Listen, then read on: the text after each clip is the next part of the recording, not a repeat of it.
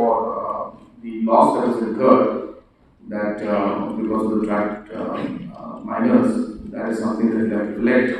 But yes, we have closed or suspended the rescue operations on the 8th of July 2021, and three bodies were recovered, and the NDRF, SDRF, and Navy have mentioned that they have tried their best. They had to dive in 150 feet to recover this, and they were not able to go any further.